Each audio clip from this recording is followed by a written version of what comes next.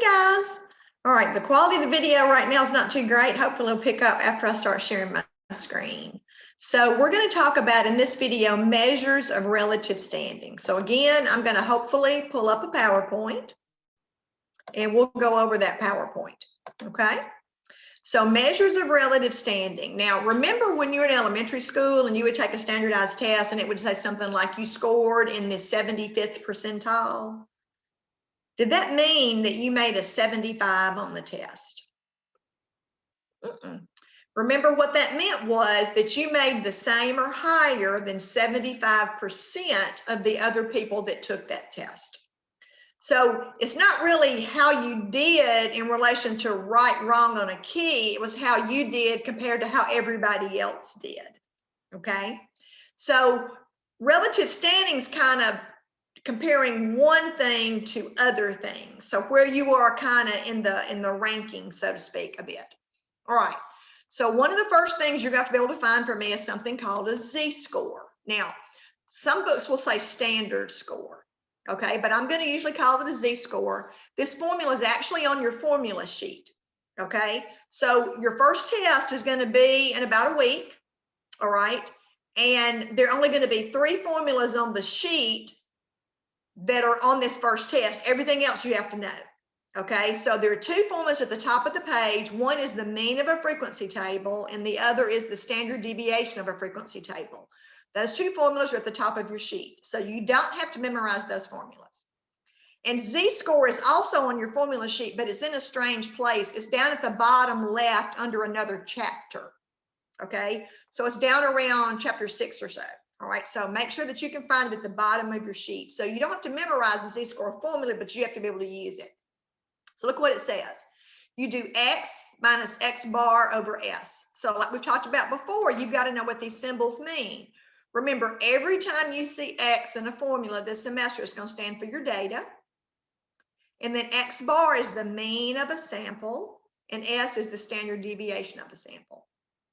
And normally, I don't really care where you round to, but I do care on a Z-score. So you better write in your notes, make sure you round to the hundreds. And you're just going to round off. You're not going to chop off, and you're not going to round up. You're going to mathematically round off. You know, if the next number is 5 or bigger, it goes up. If that next number is 4 or smaller, it would stay the same. So let's do a couple of examples to kind of do one, then I'll kind of explain what it is. So what if the question said, what's the Z-score for an IQ of 110? Now, I would not expect you to remember this. I would go ahead and tell you, like I did in the last lesson, that the mean for IQ scores is 100. Now, I use that example a lot, so sometimes you just remember, but I would tell you. And the standard deviation for IQ scores, if you remember from the last lesson, is 15. So you would be given that information, okay? So your formula is X minus X bar over S. So what's my piece of data in this problem? What's the Z-score for an IQ of 110? So 110 is my piece of data, minus my mean is 100, and my standard deviation is 15. So when you type that in your calculator, you just get a bunch of repeating 6s. But remember, I want 2 decimal places. I want it to the hundredths column. So this third number right here tells me whether to round up or down. So because that number is 5 or bigger, if it's bigger than 5, that number goes up. So it's 0.67. If you chop it off and put 0.66, I'm going to count it wrong. Okay? Now, what if it said this? What's the Z-score for an IQ of 81? See, it's the same thing. Now my piece of data is 81. So I plug in 81 for my X. My mean is 100. My standard deviation is 15. So 81 minus 100 is a negative 19. So again, when I round to the hundredths, I get a negative 1.27. Okay? So that's how you get the Z-score. Now, what is the Z-score? The Z-score tells you how many standard deviations your piece of data is from the mean. Now remember, on IQ scores, my mean is 100 and my standard deviation is 15. So do you understand that 115 would be 1 standard deviation above the mean? And see, Because it's positive, that means that my number was above the mean, but 0.67 is about 2/3. So it's not even one standard deviation above, it's about 2/3 of one. So what does it mean when the z-score comes out to be negative? Well, then you must have gotten a negative number up here, which means that your piece of data must have been smaller than your mean. So when you get a positive z-score, that means that your piece of data was above average, above the mean. When you get a negative z-score, that tells you that your piece of data was below the mean, below average. And see, sure enough, one deviation below would be 85. 2 deviations below would be a z-score of 170. So from here to there is a little more than 1 deviation below. So positive z-scores say that your value is above the average of the mean, and a negative z-score says that your piece of data is below average. And so it tells you how many standard deviations you are from the mean. Okay, so I expect you to remember now, if you don't round to the hundredths, I'm going to count off. All right, so make sure that you write that in your notes. Now remember, I'm expecting you to pause videos and write down examples in your notes, and pause the videos and write down steps in your notes. Okay, all right, so let's look at the next thing. All right, so one thing are z-scores. Now another thing is this: I may give you a piece of data and ask you to find a percentile. All right, so what would the problem look like? It would say something like, here's your data. What percentile is 8? Now, these are your steps. So again, pause the video and write the steps down, and then we can kind of go through. So look what I say. I say order the data. Now, it doesn't matter if you go low to high or high to low, but if you were a visual learner, you need to go high to low. And I'll show you why in a second. Okay. So if you're a visual learner, high to low is going to make more sense to you. So put your numbers in order from big down to small. So that's what step 1 means. Now, I want you to count the number of pieces of data that are less than your value. So if I said, what percentile is 8? I'm going to count in my list how many numbers are less than 8. We'll see 1, 2, 3, 4, 5. So I'm going to take that 5 and I'm going to divide by the total number of pieces of data. So there are 1, 2, 3, 4, 5, 6, 7, 8 total pieces. So this top number is the number of pieces of data that are less than your value. And this denominator, this bottom number, is how many pieces you have in all. So if you take 5 and divide by 8, you're going to get 625 thousandths. And it says round to the hundredths. So why are you going to round to the hundredths? Because we're kind of going to a percentile, kind of like a percent, so that you get whole numbers. So that's why I rounded this to 0.63, 63 hundredths, because that number was 5 or bigger, so it went up. And then how do you change decimals to percents? Don't you multiply by 100? So 63 hundredths times 100 is 63. So 8 is in the 63rd percentile. And your book's going to write it like this. So look what that means. Remember what I said percentile means? Tells you what percent's below you. And see, sure enough, do you see that about 63% of the numbers are below where 8 is in this list? See, that's about 63%. Remember, if it was in the dead middle, that'd be 50%. Now, this is why I told you to do it from high to low. Because if you order the numbers from big down to small, then physically, this percent of the values are physically below or less than you. All right, look at this one. What percentile is 6? So again, here's 6. Now notice it doesn't say less than or equal to your value. It says less than your value. So 6 is not less than itself. How many numbers in the list are less than 6? 1, 2. So that's why there's a 2 on the top. There are 8 in all. So that gave me 0.25. I didn't need to round it. And so that times 100 is 25. So it's the 25th percentile. And the back of the book, instead of writing out like 25th percentile, it's just going to put P with 25 as a subscript. Okay. So put the numbers in order from high to low. Count how many values are smaller than yours. That's your top number. The total number of values in your list is your denominator. Take your calculator and divide that. Round that decimal to the hundredths and then multiply by 100. So one of the things I might do is I might give you the data and want the percentile. See, I gave you the data and asked you to find the percentile. Now the next slide is going to flip it. I'm going to give you the percentile and I want the data. So you got to be able to go both ways. But this one is, given the data, find the percentile. Okay. Now, let me kind of show you something before I go further. I haven't shown you this before. I was going to try to wait and show you in person, but I think it'll be helpful. The calculator will actually put numbers in order for you. Isn't that nice? Isn't that really? You have a long list. It's great. The way you do that is first, you have to enter your data in a list like we did on the last video.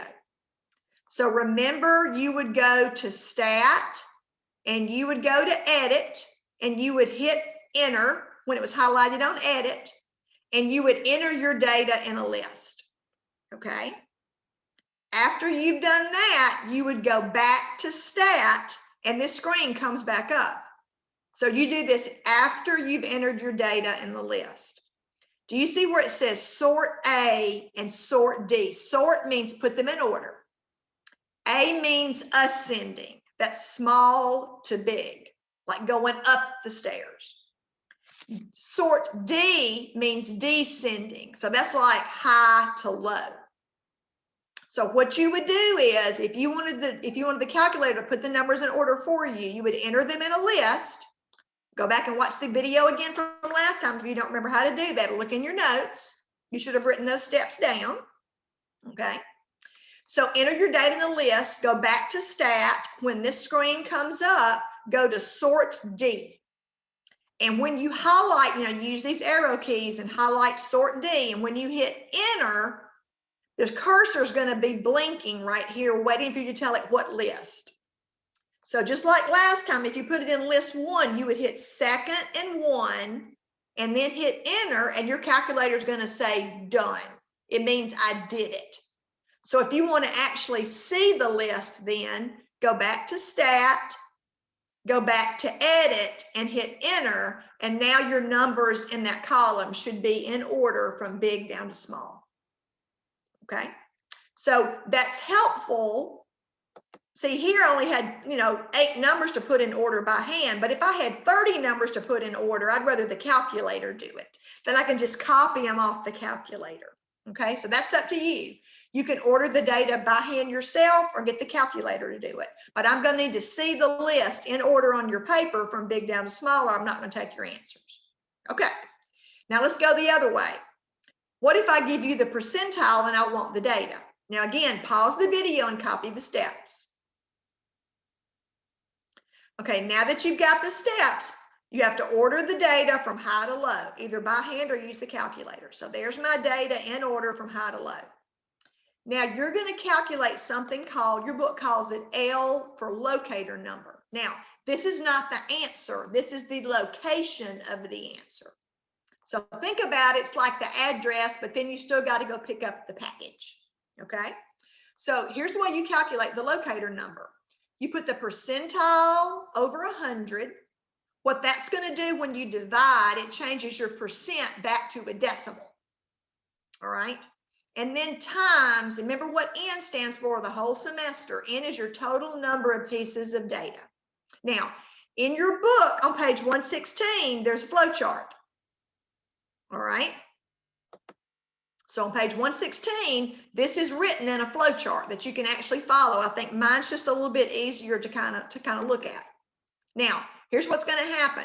When you calculate L, you're either going to get a decimal or you're going to get a whole number, and you do 2 different things. If L comes out to be a decimal, you're going to round up. Now, do you remember me telling you there were 3 times the whole semester that you rounded up and not off? The first time was class width. This is time number 2. The third time is at the end of the course in April. Okay, so they're going to be 2 times on test 1 when you round up, class width and locator number. Every other time you round off. 5 or bigger, you go up. 4 or smaller, you go down.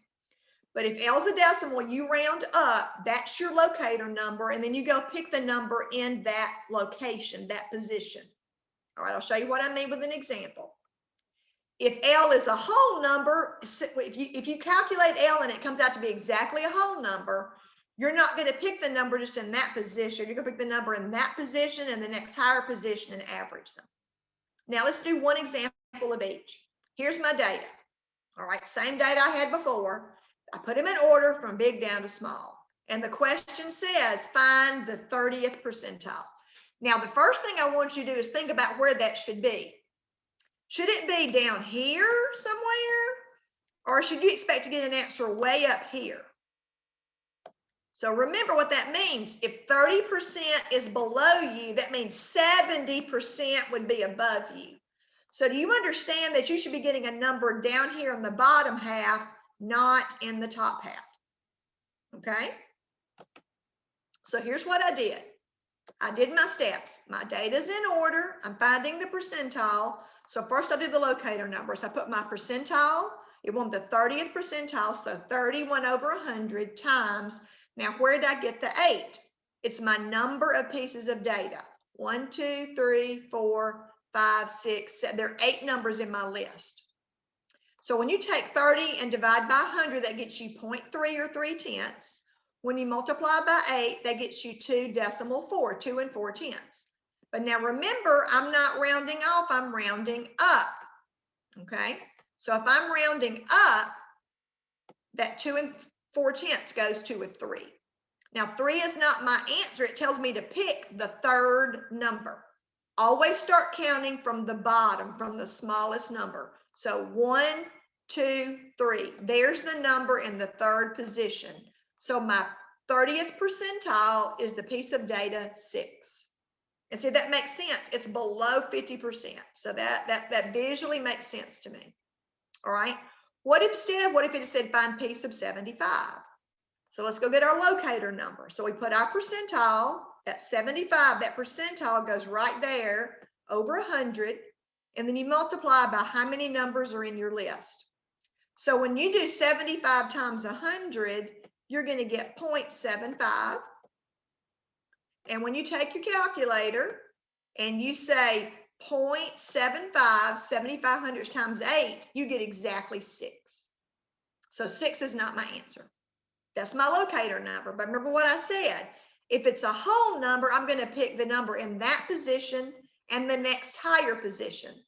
So the 6th number and the 7th number in my list. Okay. So I'm going to count. 1, 2, 3, 4, 5, 6. So I grab the 6th number, and then I grab the number in the next higher position. So the 7th number, and I average them. How do I do that? Remember, you add them and divide by 2. So my 75th percentile would be 9. Okay. So if it's a decimal, you round up and only pick the number in that position only. All right. If your number is a whole number, you grab the number in that position and then grab the number right above it, even if it's the same number, and you average them. Okay. So that's what you do when you are given a percentile and you want to find the data. So, make sure that you go back and look at the difference. Here you're given the data. Your data's 8. What's your percentile? Here you're given the percentile, the 30th percentile. What's your data? 6. So you got to be able to go both ways. Okay. Now, the last thing you got to be able to do is make a box plot. Now, remember, you're responsible on the test for 5 graphs. This is your 5th graph. You got to be able to do a histogram. What 2 words pop in your head? Bar graph. You got to be able to do a frequency polygon. What 2 words pop in your head when I say that? Line graph.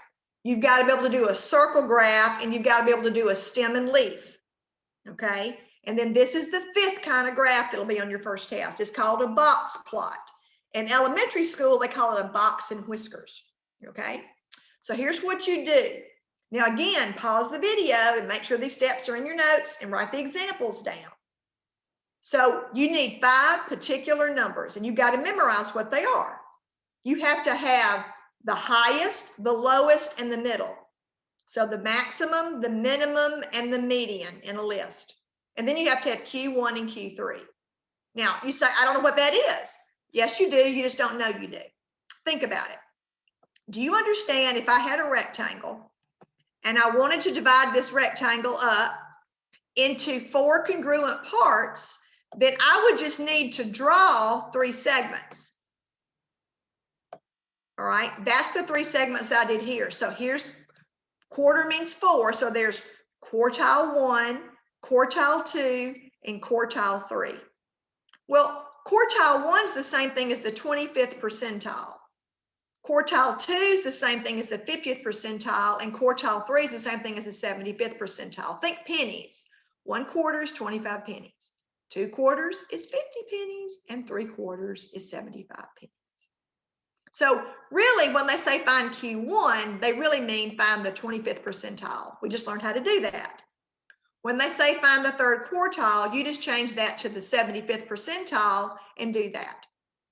You put those 5 numbers on the number line, draw a segment above each one of them, and you're going to connect the tops of the 3 segments in the middle and the bottom of the 3 segments in the middle to make a box. And you're going to connect the box to the other 2. All right. Now, let me show you the other 2 numbers. It's a little hard to see. So the other 2 numbers. All right, let me show you what I mean. Here's my data. Make a box plot for these values. Okay, we can do that. I write down my things. I need a max, a min, a median, Q1, and Q3. Now, what's the biggest number in my list?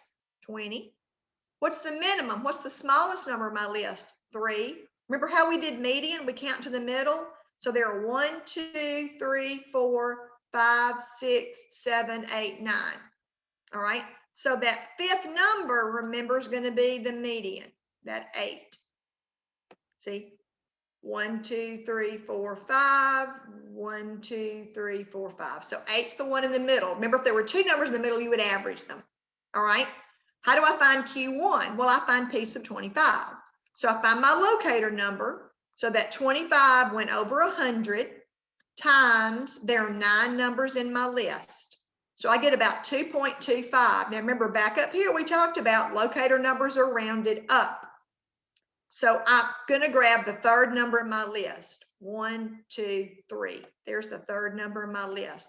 So my 25th percentile, my first quartile is 4. All right, now do exactly the same thing to find P sub 75. I find my locator number.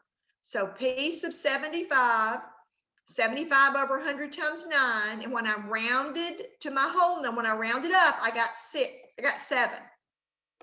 So now I grab my 7th number. 1, 2, 3, 4, 5, 6, 7. So 11. So that's where I got the 4 and the 11. So my number line's got to at least go from 3 to 20. And show me what you're going up by. Like I decided to go up by 5s. All right. You may go up by 10s. You might go up by 1s. Depends on how far your numbers are spread apart. Put these 5 numbers on your number line. So I've got a 20. See, there's a 20 right there. All right. I've got 3. See, 3's right there. I put the 8 on there. I need a 4. And I need my 11. So I put my 11 right there. It's hard to see. Now, what I did was I just went up here at first and I just drew segments above each. Just 3 segments there, a segment there, and a segment there. So the first thing were just the blue segments. Then it says to connect the tops of the middle 3 and connect the bottom of the middle 3. That's how I get a box. And then just connect this box to the middle of that segment and connect this box to the middle of that segment. So that's how you make a box plot. Okay, you see what's called a box and whiskers? Looks kind of like a whiskers on a cat. Now, let me warn you, this bar won't always be in the middle of that box. And what a box plot does, it shows you how your data is spread in 25% increments. This right here is your first 25% of your data. This is the second 25%, the third 25%, and the fourth 25%. So do you see the first 25% is jammed up close, but my last 25%, my data is spread way out. See, those numbers are jammed up close. These numbers are spread out a lot more. So that's how you make a box plot, okay?